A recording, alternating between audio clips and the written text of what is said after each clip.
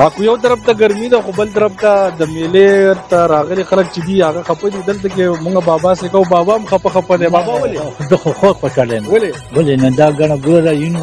او کور کې نه یوازې ونه چې چل پکې نه دا خلک ډېر زیات خپه دي خو ریټونه خپه دي ډېر تیز نه تی خو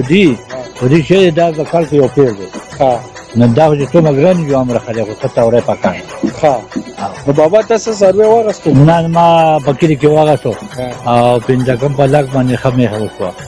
او نو څه خپه نه خو خوشاله یم سوچ نورم ګران شو نو چې ګران چې نن ته پیدا دغه نشي په کال کې یو پیر راوځي او غریبانو خلکو ته مسله ده نه غریبانو دي نه چې غریبي هغه دي نه ini kiki biara ni. Ni juga dah sudah cerita ni bagaimana ni terapa nisca. Agar terapa nisca,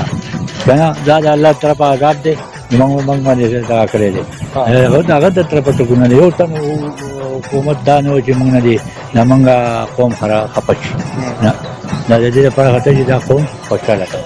صحیح ده او بابا څه لکه خلکو ته څه پیغام ورکړي د خپل طرفه اختر دی غټ اختر دی دنیا خلک راغلي څوک ساروي اخلي څوک نه موږ ډېر وکړو نو هغه ګرانی د موږ زو واپس ګرانی دا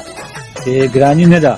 چې چا توفیق نگی کو د کینی او کیلو غوخه دی واخلي او وجه کیږي جوړ دی او چې وجه کوي نه پکار دا یو خو د میدینه چې په پټ او پاشي دا وجه نه کیږي دا نه لیونه کوي نو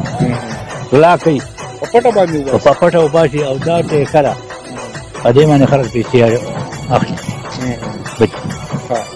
او چاوره چې دغه خپل قیمت په خپل وای او لکه د دوه کالو کې نه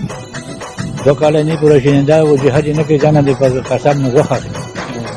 دا بدی اصل چې غریب خلک